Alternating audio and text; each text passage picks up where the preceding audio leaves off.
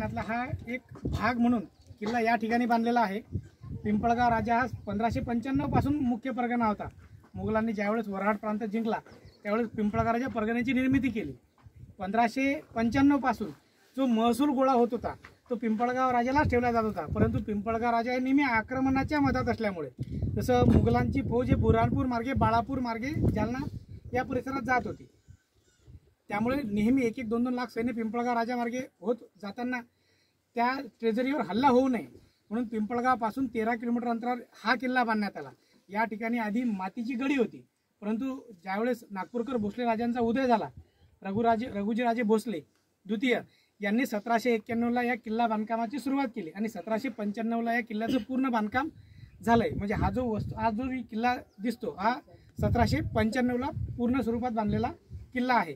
आणि या किल्ल्यामध्ये पूर्ण या 240 गावचा टॅक्स जो रेव्हेन्यू होता तो इथं गोळा केला जात होता। त्यामुळे या किल्ल्याला नागपूरकर भोसल्यांची ट्रेझरी किंवा नागपूरकर भोसल्यांचा खजिना म्हणूनही या किल्ल्याला ओळखले जाते। आता या किल्ल्यामध्ये 2 मुख्य भाग आहेत।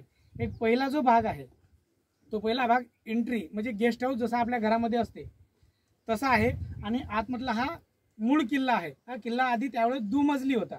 तुम्ही आधी जर आतमध्ये येताना पाहिलं इथून वर चढताना काही 8-9 फुटाची भिंत आहे। त्या भिंतीच्या आत हा लाकडी सभामंडप सदृश हा किल्ला आहे। आणि या किल्ल्याला एक वैशिष्ट्य आहे, आजही या किल्ल्यामध्ये तुम्ही ज्या ठिकाणी उभा याच्या खाली खोल्या आहेत। या किल्ल्यामध्ये 52 खोल्या आहेत।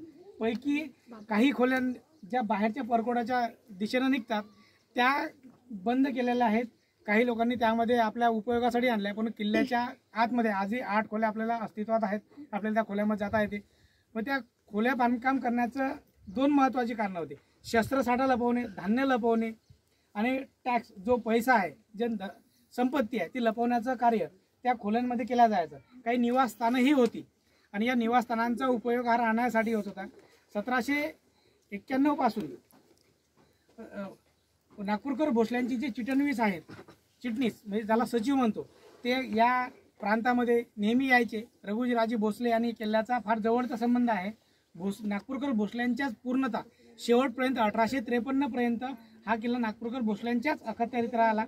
1853ला रघुजीराजे भोसले हे मृत्यू पावल्यामुळे इंग्रज लोकांनी या वऱ्हाड प्रांतावर लॉर्ड डलहौसी यांनी खालसा धोरणाचा हा पूर्ण वऱ्हाड प्रांत जिंकून घेतला।